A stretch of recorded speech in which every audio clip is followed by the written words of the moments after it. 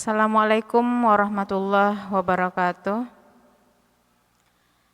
Alhamdulillahirabbil alamin wassalatu wassalamu ala asrafil anbiya wal mursalin wa ala alihi wa ashabihi ajmain. Asyhadu an la ilaha illallah wahdahu la syarikalah wa asyhadu anna Muhammad abduhu wa rasuluhu la nabiyya ba'da. Segala puji bagi Allah atas limpahan rahmat dan karunia-Nya yang telah diberikannya kepada kita, sehingga pada kesempatan kali ini kita masih diberikan nikmat kesehatan dan kesempatan untuk mengisi siraman kalbu di Ranah TV. Selawat berserta salam kita kirimkan kepada junjungan kita Nabi Muhammad SAW. Yang saya hormati Bapak Ibu pemirsa Ranah TV, yang saya hormati para kru Ranah TV yang bertugas pada hari ini. Semoga keberkahan, nikmat dan rezeki selalu bersama kita, dan keberkahan nikmat hidup selalu diberikan oleh Allah kepada kita. Baiklah, pada kesempatan ini dalam acara siraman kalbu kita beri judul siraman kalbu kita pada kesempatan ini dengan pernikahan di bawah umur, perspektif Undang-Undang Republik Indonesia nomor 1 tahun 1974.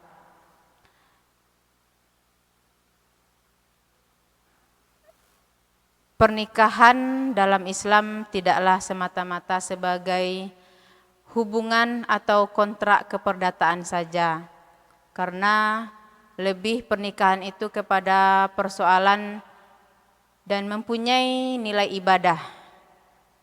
Maka amatlah tepat jika dalam kompilasi hukum Islam menegaskan bahwa pernikahan itu adalah suatu akad yang kuat atau mitsaqan ghalizan untuk mentaati perintah Allah. Dan apabila kita melaksanakannya merupakan ibadah. Untuk menikah ada dua hal yang harus kita persiapkan. Yang pertama itu kesiapan fisik, yang kedua itu kesiapan mental. Kesiapan fisik seseorang dilihat dari faktor ekonomi, dan kesiapan mental itu kita lihat dari faktor usia. Kita akan melihat apa dampak dan apa itu pernikahan di bawah umur dan dampaknya bagi seseorang yang menikah di bawah umur.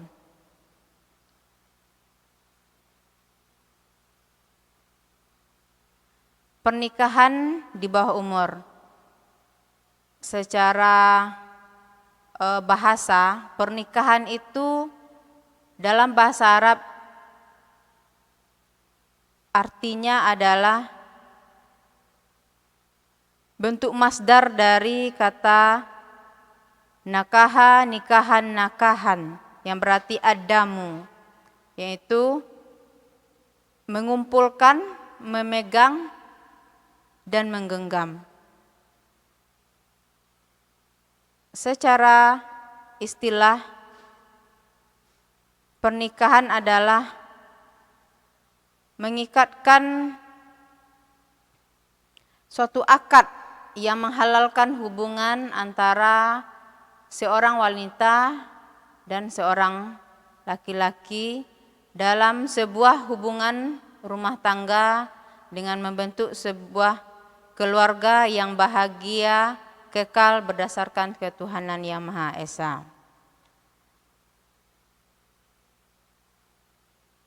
Di bawah umur maksudnya adalah dalam Undang-Undang nomor 1 tahun 1974 sebagaimana yang terdapat dalam bab 2 ayat 1, pasal 7 ayat 1 disebutkan Perkawinan hanya diizinkan jika pihak pria sudah mencapai umur 19 tahun dan pihak wanita mencapai 16 tahun. Kalau kita lihat kenapa ada undang-undang yang mengharuskan seseorang pria itu berumur 19 tahun dan wanita 16 tahun. Di sana mungkin kita lihat adanya kesiapan mental. Kalau dilihat laki-laki yang berumur 9 tahun berarti mereka sudah matang secara emosional. Dan kalau perempuan itu 16 tahun dia sudah matang secara emosionalnya.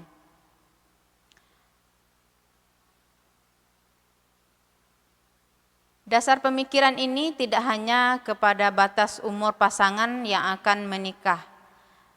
Karena dengan pandang umat ketika itu hakikat pernikahan menurut mereka di sini adalah tidak hanya dilihat dari segi hubungan kelamin tetapi dari segi pengaruhnya dalam menciptakan hubungan musyawarah.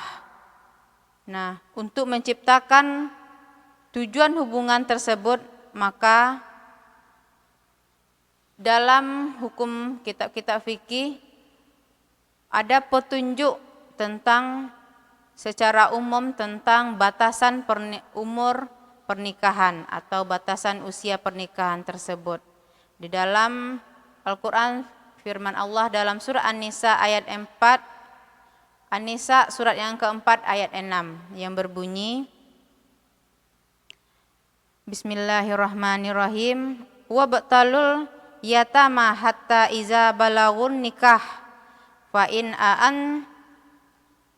anastum minhum rusdan fadfa'u ilaihim amwalahum wala ta'kulu israfan wa bidaran an ya'baru wa man kana ghaniyan falyastakhfif wa man kana fakiran falyakul bil ma'ruf fa iza dafa'tum ilaihim amwalahum fa ashidu alaihim wa kafabillah syahidba. Artinya, dan ujilah anak-anak yatim itu sampai mereka cukup umur untuk menikah. Kemudian, jika menurut pendapatmu mereka telah cerdas, pandai memelihara harta, maka serahkanlah kepada mereka hartanya. Dan janganlah kamu memakannya harta anak yatim melebihi batas kepatutan dan janganlah kamu tergesa-gesa menyerahkannya sebelum mereka dewasa. Barang siapa di antara pemelihara itu mampu, maka hendaklah dia menahan diri dari memakan harta anak yatim itu. Dan barang siapa miskin, maka bolehlah dia memakan harta itu menurut apa yang patut. Kemudian, apabila kamu menyerahkan harta itu kepada mereka, maka hendaklah kamu dan adakan saksi-saksi dan cukupkanlah sebagai pengawasnya. Mungkin di sini kita lihat secara jelas, mungkin tidak dijelaskan mengenai batas umur seseorang untuk menikah, tapi di sini nampak jelas bagi kita bahwa ada ukuran kedewasaan atau yang dinamakan dalam tafsir Al-Misbah menurut Quraisy Shihab ada kata rusyid adalah ketepatan dan kelurusan jalan. Di sini lahir kata rusyid yang bagi manusia adalah kesempurnaan akal dan jiwa yang menjadikannya mampu bersikap, bertindak setepat mungkin. Nah, dari sini bisa kita lihat bahwa kedewasaan, kesempurnaan akal dan jiwa itu bisa dari batas usia atau umur seseorang. Nah, makanya di dalam undang-undang perkawinan dikatakan bahwa pernikahan yang dibolehkan itu adalah laki-laki itu berumur 19 tahun dan yang perempuan berumur 16 tahun. Nah, di sana dilihat ada kesempurnaan akal dan jiwa seseorang yang ingin membentuk sebuah ikatan keluarga atau menciptakan sebuah keluarga.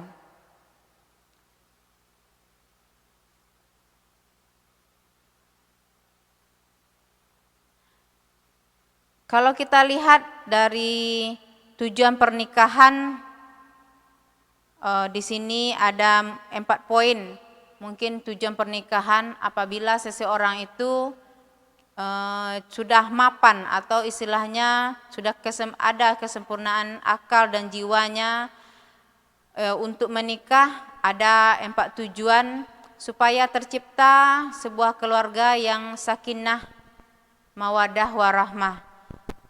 Istilahnya ketika seseorang menikah, emosionalnya terjaga sehingga ketika ada sebuah persoalan dalam keluarga, mereka tidak bertindak sesuka hati, tapi mereka memikirkan kehidupan rumah tangga, apalagi nanti sudah mereka memiliki anak. Nah, istilahnya tidak mudah mengatakan kata pisah atau mengatakan talak. Nah, itu yang istilahnya yang dijaga. Kenapa di sini ada ketetapan dari undang-undang untuk laki-laki itu dibolehkan menikah itu di usia 19 tahun dan perempuan 16 tahun. Karena kematangan jiwa dan akal itu dilihat dari segi umur.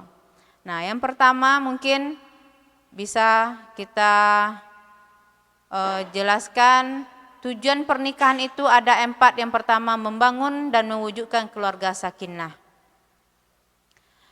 Allah Subhanahu wa Ta'ala menciptakan hambanya hidup berpasangan, dan tidak hanya manusia saja, tetapi hewan, tumbuhan juga diciptakan Allah berpasangan.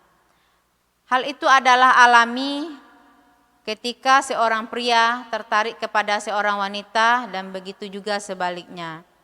Bila sudah terjadi akad nikah, seorang wanita akan merasa tentram dengan suaminya karena merasa ada yang melindungi, ada yang bertanggung jawab di dalam rumah tangganya. Dan si suami pun sebaliknya merasa tentram karena ada pendampingnya untuk mengurus rumah tangganya, untuk menumpahkan segala suka, duka di dalam setiap persoalanan, dan ada teman untuk berkeluh kesah, bermusyawarah dalam setiap persoalan, dan ada persoalan tidak sendiri memikirkan, ada istilahnya tempat bermusyawarah untuk menyelesaikan persoalan tersebut.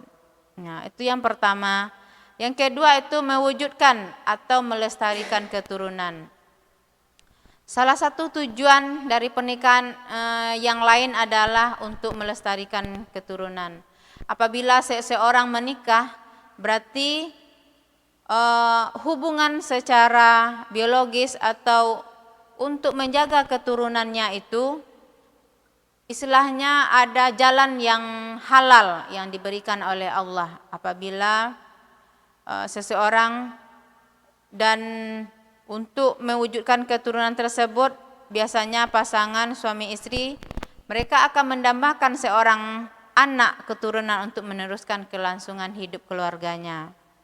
Nah, anak keturunan tersebut diharapkan dapat mengambil alih tugas, perjuangan dan ide-ide yang pernah tertanam di dalam jiwa seorang suami dan istri. Yang ketiga, untuk memenuhi kebutuhan biologis secara sah dan benar. Nah, ketika seseorang sudah menikah, berarti ada tempat untuk menyalurkan kebutuhan biologisnya secara halal, secara sah dan secara benar. Karena secara alami, naluri yang sulit dibendung oleh setiap manusia dewasa adalah naluri seksualnya. Islam ingin mewujudkan bahwa yang membedakan manusia dengan hewan adalah penyaluran naluri seksnya adalah melalui pernikahan. Sehingga segala akibat negatif yang ditimbulkan dari hal tersebut tidak ada.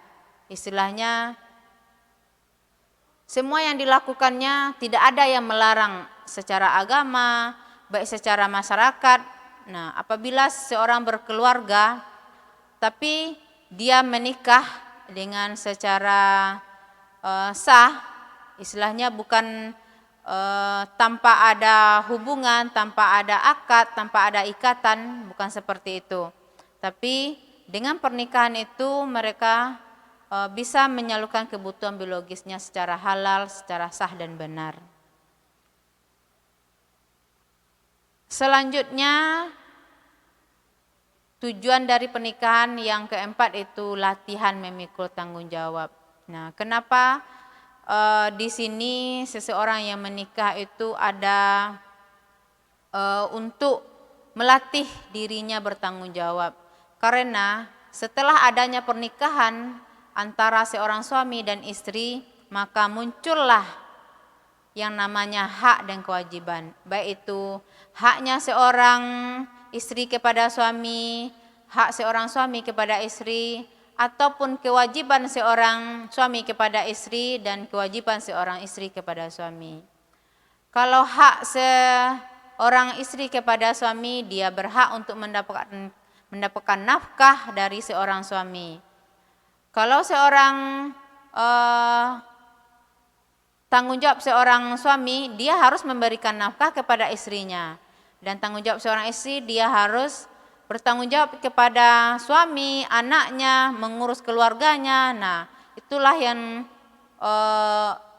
tujuan yang keempat dari tujuan pernikahan tersebut. Sehingga ketika seseorang sudah menikah, berarti ada latihan untuk memikul tanggung jawab antara seorang suami dan antara seorang istri.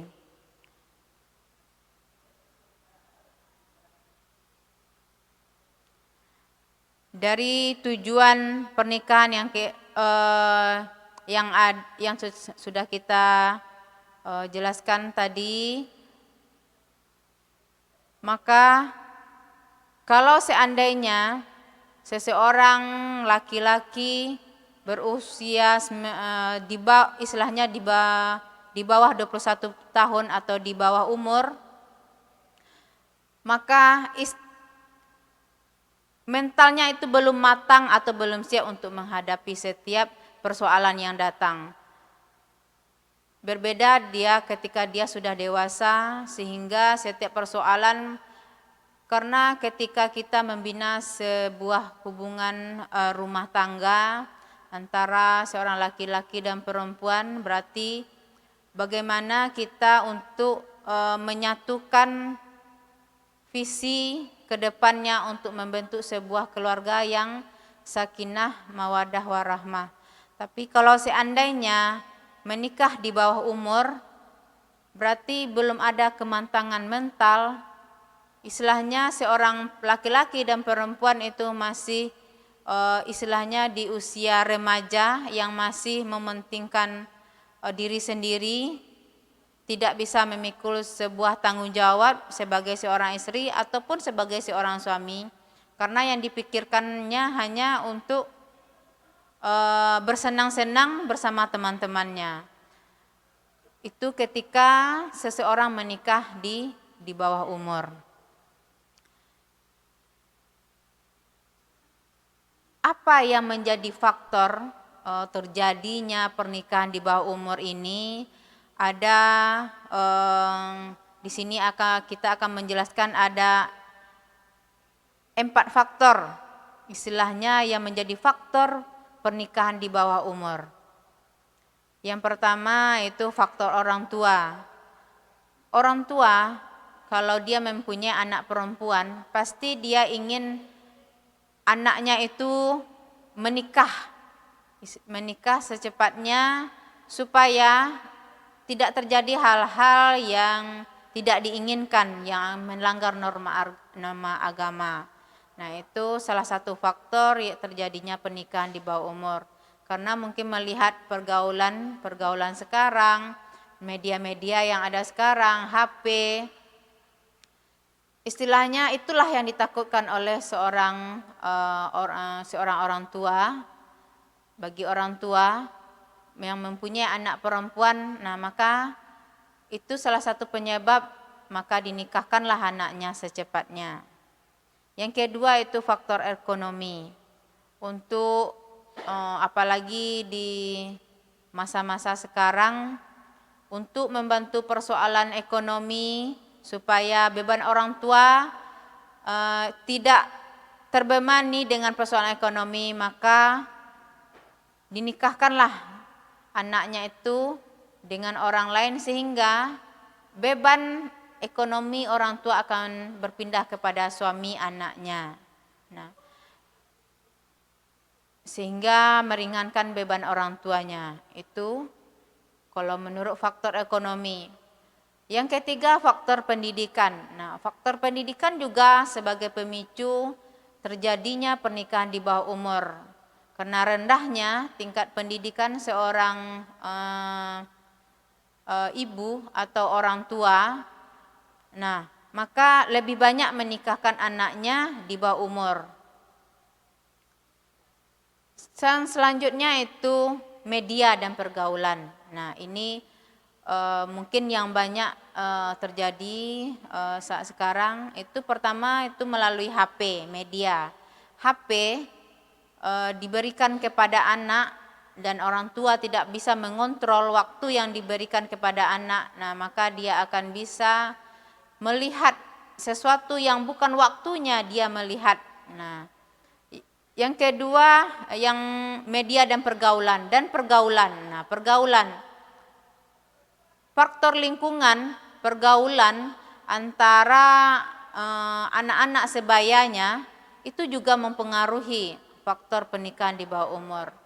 Karena nanti apabila dia bergaul dengan orang-orang istilahnya di lingkungan yang tidak bagus, nah maka anaknya terpengaruh pada pergaulan bebas dan akhirnya hamil dan hamil sebelum menikah. Nah, itu yang banyak terjadi. Nah, sehingga pernikahan di bawah umur banyak terjadi. Nah, kalau kita lihat setelah faktor tadi, apa dampak terhadap anak-anak? Dampak pernikahan di bawah umur terhadap keluarga. Nah, kita juga melihat berapa sisi dampak pernikahan di bawah umur ini terhadap keluarga. Yang pertama, dampak terhadap pasangan yang menikah.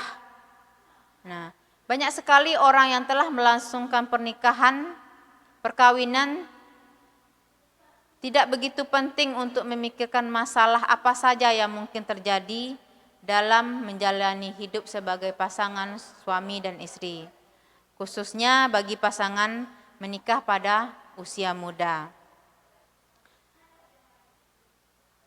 Selain menimbulkan masalah untuk mereka berdua, ketika ada persoalan baik masalah keuangan, karena mereka menikah di usia muda, berarti mereka belum punya pekerjaan.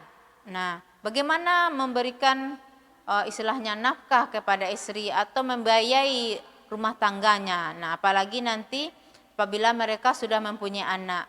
Jadi, peningkatan dari biaya hidup itu menjadi tinggi. Nah, dari persoalan tadi akan menimbulkan masalah. Nah, apabila seseorang menikah emosionalnya masih tidak bisa mengontrolnya atau jiwanya belum matang untuk menikah, maka itu adalah suatu masalah yang sangat besar. Untuk mereka yang sudah dewasa mungkin bisa mengatasinya karena mereka sudah bekerja atau mampan. Nah, kalau mereka menikah di usia muda berarti pekerjaan belum ada. Nah, itu adalah salah satu masalah yang ditimbulkan dan akan menimbulkan dampak terhadap pasangan yang menikah. Nah, muncul masalah dari kecil menjadi besar dan akhirnya muncul keputusan untuk mengakhiri pernikahannya. Yang kedua, dampak terhadap anak-anak yang dilahirkan. Masalah yang ditimbulkan yang menikah pada usia muda itu Bagi wanita yang melangsungkan pernikahan di bawah usia 20 tahun akan mengalami gangguan pada kandungannya dan dapat membahayakan kesehatan anaknya. Yang ketiga, dampak terhadap keluarga masing-masing. Istilahnya ketika pasangan muda menikah dan mereka belum bisa untuk menjaga ketentraman keluarganya, dan akhirnya timbul masalah, dan masalah itu bukan hanya mereka berdua, tapi pihak keluarga yang laki-laki, pihak keluarga yang perempuan juga akan terbawa kepada masalah tersebut. Nah, kalau seandainya sudah terjadi yang namanya berpisah, maka tidak baiklah hubungan antara keluarga suami dan keluarga istri. Nah, itulah istilahnya yang dihindarkan oleh keluarnya Undang-Undang RI nomor 1 tahun 1974. Mengapa negara membuat aturan bahwa pernikahan hanya diizinkan jika pria itu telah mencapai umur 19 tahun dan pihak wanita mencapai umur 16 tahun. Para pemirsa Ranah TV yang berbahagia, kalau kita lihat tadi banyak faktor yang menyebabkan terjadinya pernikahan di bawah umur, baik itu faktor orang tua, faktor ekonomi, pergaulan, media. Nah, itu adalah faktor-faktor yang menyebabkan pernikahan di bawah umur.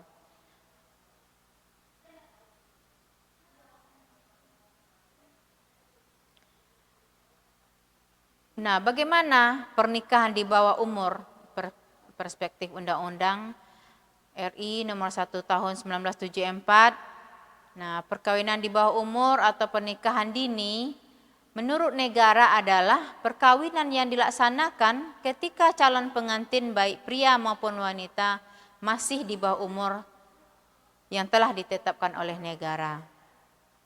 Nah, perkawinan di bawah umur menurut Undang-Undang nomor 1 tahun 1974 adalah sebagaimana yang terdapat dalam pasal 2 ayat 7, bab 2 pasal 7 ayat 1 disebutkan bahwa perkawinan hanya diizinkan jika pihak pria sudah mencapai umur 19 tahun dan pihak wanita mencapai umur 16 tahun. Nah, kalau seandainya di bawah itu, maka walaupun demikian undang-undang tersebut, tetapi ketika seseorang itu memang seorang pria dan wanita itu istilahnya tidak bisa lagi istilahnya untuk ditahan untuk tidak menikah, undang-undang juga memberikan solusi kepada mereka yang ingin menikah, yaitu dalam mereka diizinkan menikah dengan cara meminta izin atau persetujuan dari pengadilan.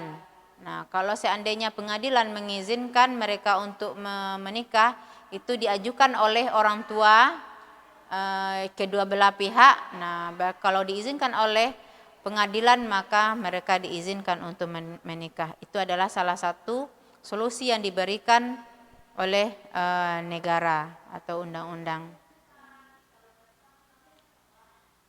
Dalam masalah penentuan umur dalam undang-undang perkawinan maupun dalam kompilasi hukum Islam itu bersifat ijtihadiyah sebagai usaha pembaharuan pemikiran fikih yang lalu.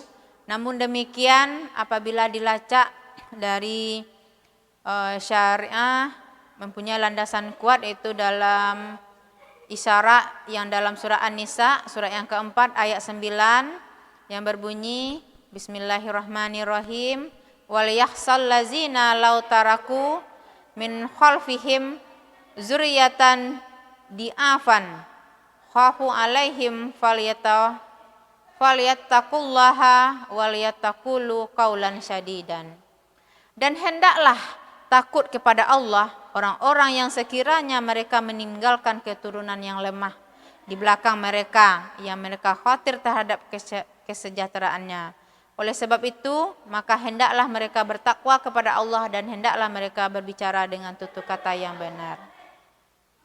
Kalau kita lihat ayat di atas itu bersifat umum, istilahnya tidak secara langsung menunjukkan bahwa perkawinan yang dilakukan oleh usia muda di bawah ketentuan yang telah diatur dalam Undang-Undang Nomor 1 Tahun 1974 akan menghasilkan keturunan yang dikhawatirkan kesejahteraannya. Akan tetapi berdasarkan pengamatan, observasi, penelitian yang sudah dilakukan berbagai pihak, rendahnya usia kawin lebih banyak menimbulkan hal-hal yang tidak sejalan dengan misi dan tujuan pernikahan.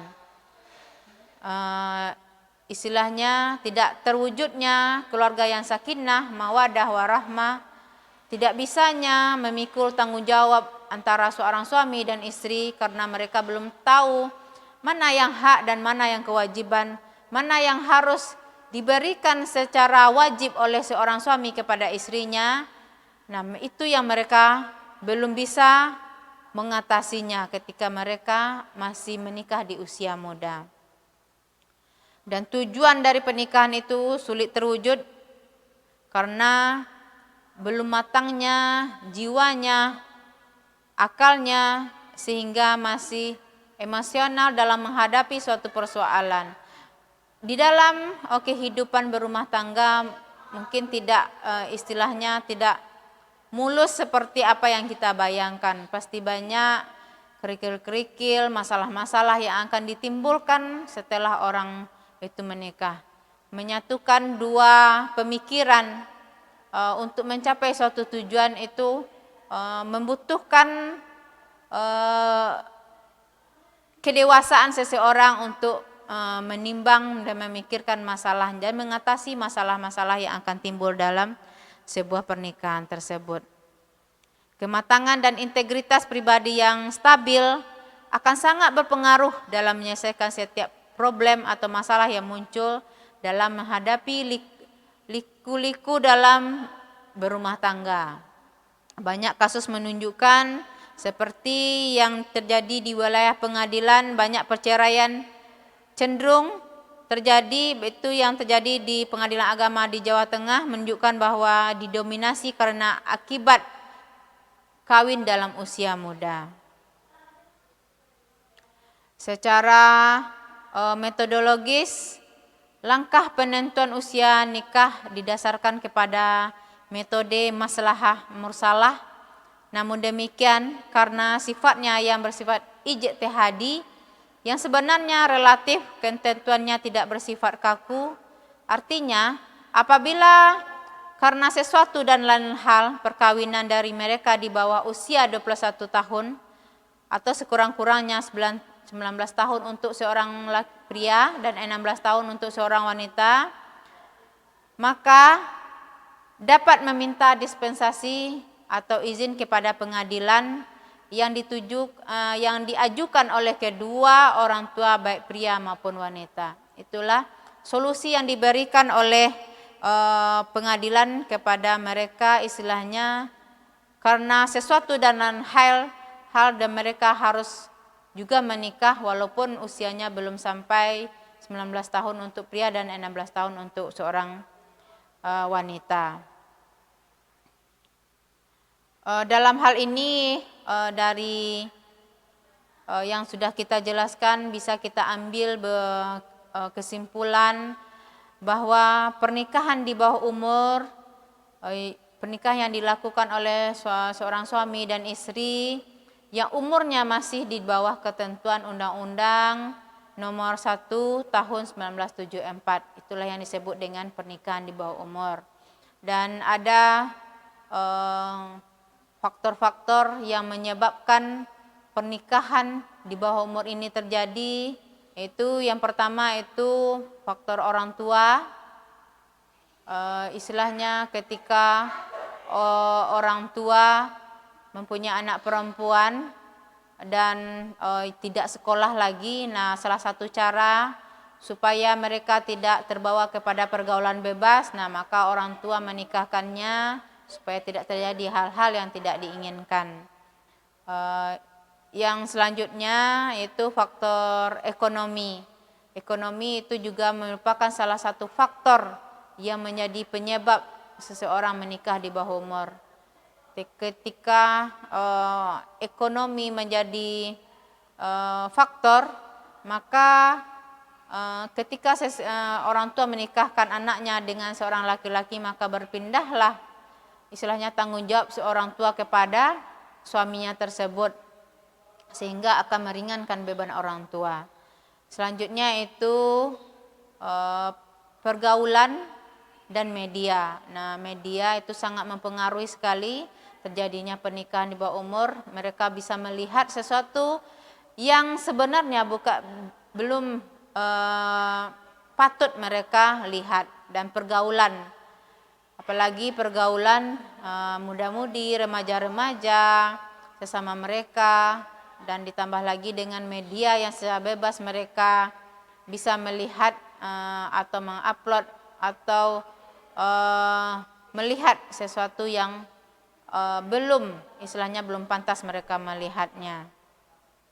Sehingga dikhawatirkan, dari penelitian-penelitian dilakukan, dikhawatirkan pernikahan di bawah umur itu tidak akan bisa mewujudkan sebuah pernikahan yang menciptakan sebuah keluarga yang harmonis, menciptakan keluarga yang sakinah.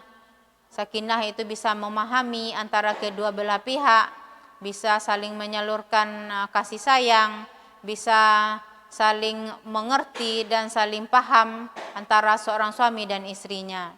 Dan juga bisa memikul tanggung jawab antara seorang pria dan wanita.